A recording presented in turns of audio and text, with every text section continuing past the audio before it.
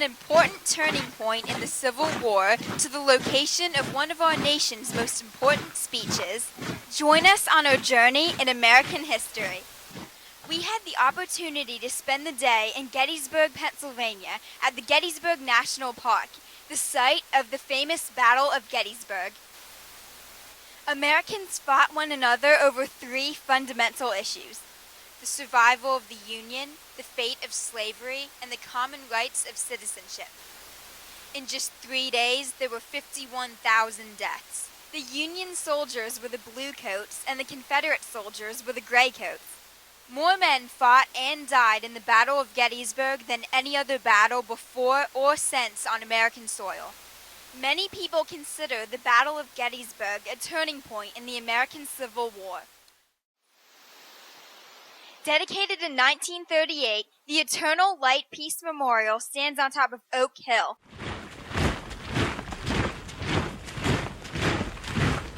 As a reminder of the reconciliation between the men of the blue and gray.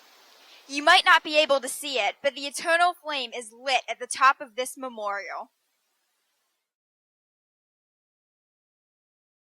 The idea for the monument was proposed by Union and Confederate veterans during the 50th Gettysburg Reunion in 1913.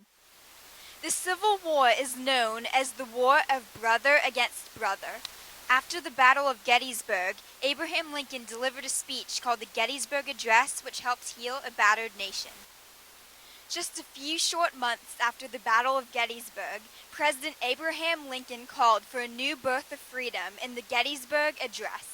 Consequently, he redefined the future of the United States. Although only 13 sentences and 274 words long, the Gettysburg Address is one of the most important speeches given in American history. 77 years ago, our fathers brought forth on this continent a new nation, conceived in liberty and dedicated to the proposition that all men are created equal. Now we are engaged in a great civil war, testing whether that nation or any nation so conceived and so dedicated can long endure. We are met on a great battlefield of that war. We have come to dedicate a portion of that field as a final resting place for those who here gave their lives that that nation might live. It is altogether fitting and proper that we should do this. But in a larger sense, we cannot dedicate, we cannot consecrate, we cannot hallow this ground. The brave men living and dead who struggled here have consecrated it far above our poor power to add or detract.